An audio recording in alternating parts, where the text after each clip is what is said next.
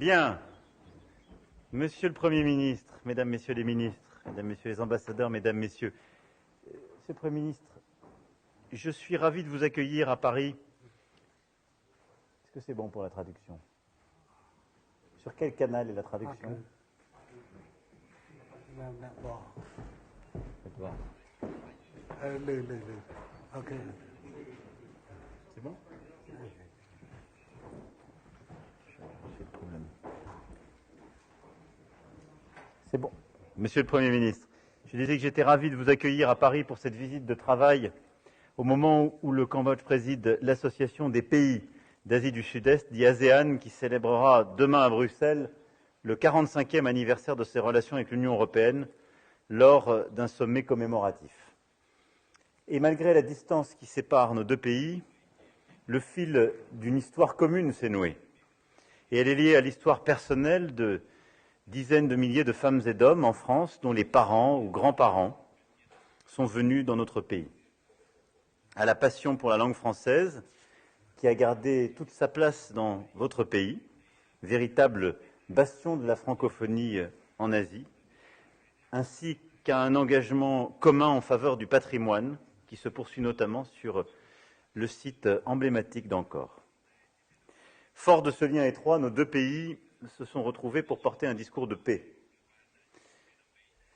En 1966, c'est à Phnom Penh que le général de Gaulle prend la parole pour appeler les États-Unis à ne pas étendre le conflit dans ce qu'on appelait à l'époque la péninsule indochinoise. Et en 1991, vous le rappeliez d'ailleurs ce matin lors de la conférence que nous tenions en solidarité au peuple ukrainien, c'est à Paris que sont signés les accords qui apportent une solution politique à la guerre civile, garantissent la souveraineté et l'intégrité territoriale du Cambodge et donnent le cadre de la reconstruction. Et aujourd'hui, 13 décembre 2022, au moment où la guerre fait rage sur le continent européen, vous avez fait le choix de venir à Paris pour participer à une conférence de soutien au peuple ukrainien dans la continuité des positions courageuses prises aux Nations Unies pour condamner l'agression russe et pour défendre la paix et une solution de paix avec constance. Et je tiens à vous en remercier très solennellement. Notre rencontre sera enfin l'occasion d'aborder de nouveaux champs de coopération dans le cadre de la stratégie Indo-Pacifique que nous portons à titre national et conforme à la stratégie de l'ASEAN, dans les secteurs de l'eau, des transports, de l'énergie, du tourisme. La France continuera de contribuer au développement du Cambodge. Et dans la continuité de notre action commune en faveur de l'abolition de la peine de mort et de la lutte contre l'impunité, nous discuterons également d'un éventuel appui de la France dans le but d'accompagner un processus démocratique libre et transparent dans les prochaines échéances électorales. Je serais incomplet sans saluer l'ambition du Cambodge en matière de climat, avec l'objectif de neutralité carbone d'ici 2050, ce qui est un exemple remarquable de la capacité d'un pays à gérer un développement rapide, tout en menant une transition énergétique ambitieuse. Dans la perspective du One Forest Summit, nous évoquerons entre autres la question centrale des forêts et des actions communes que nous pourrons entreprendre.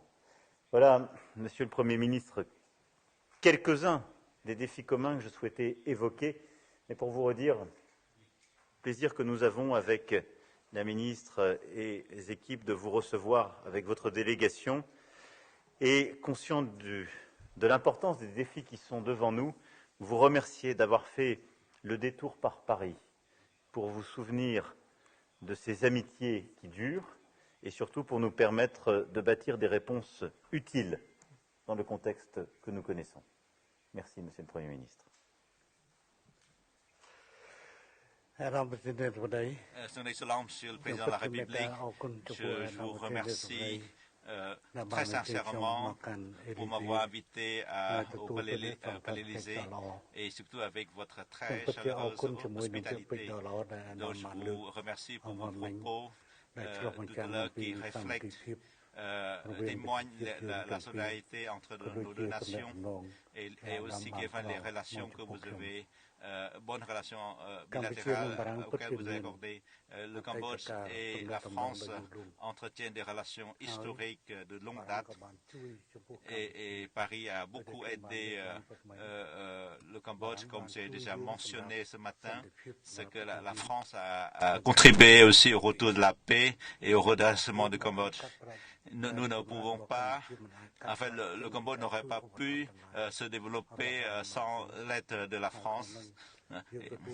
Et donc, nous reconnaissons que en fait, le Cambodge est un pays francophone actif. Donc, vous voyez aussi les ministres ici qui sont francophones et francophiles. Et nous avons aussi des étudiants qui étudient et aussi la diaspora cambodgienne en France. Et donc, nous remercions la France pour avoir accueilli nos compatriotes qui sont réfugiés de leur propre pays à cause de la guerre, aussi de génocide, et qui s'installent en France et avec une bonne intégration. Et donc, je suis très fier de développement des relations entre nos deux nations. Et je profite de l'occasion pour vous exprimer mes profonds remerciements de bonnes relations.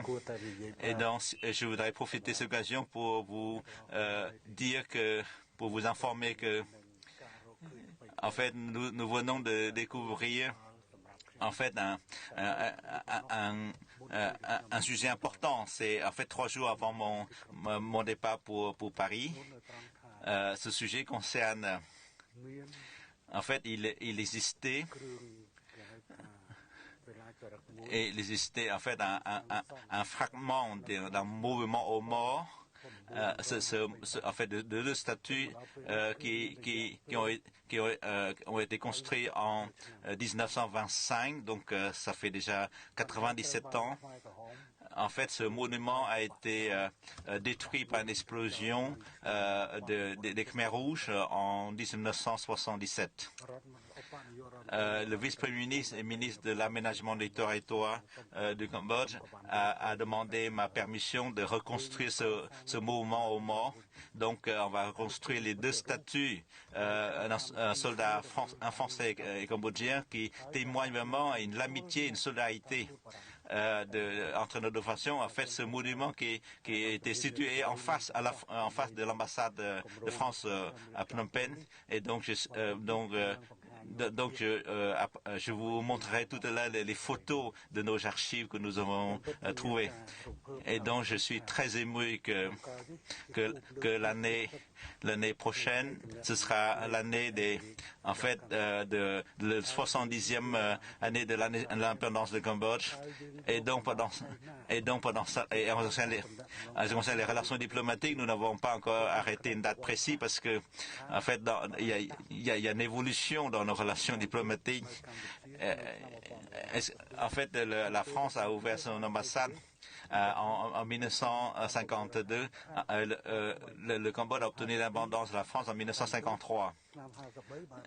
Et donc, en fait, nous allons discuter ce soir pour vraiment arrêter une date de rétablissement de la diplomatie entre nos 2 pays.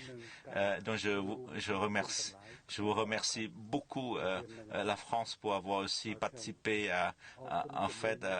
au développement des relations dans le cadre ASEAN, et je vous remercie aussi de m'avoir invité à prononcer une allocation en faveur aussi de soutien au peuple ukrainien. Donc, je vous remercie beaucoup. En fait, je vous félicite vraiment pour avoir l'initiative d'organiser cette conférence. Donc, en fait, nous ne pouvons pas tout dire. Donc, je voudrais aussi vous raconter en fait, et donc je tiens vraiment à féliciter la France, l'équipe française qui arrive en demi-finale. Et donc, j'espère que la France va gagner la Coupe du Monde.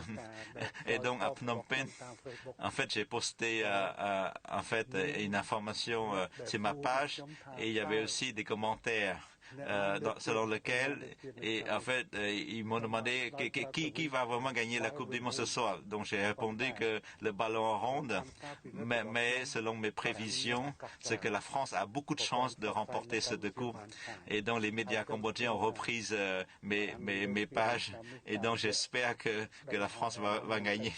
Et donc j'ai appris que vous allez aussi assister à ce match. Donc je vous remercie.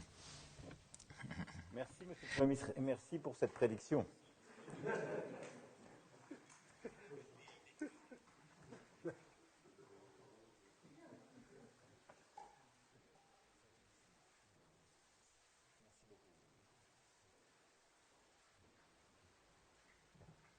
Merci beaucoup.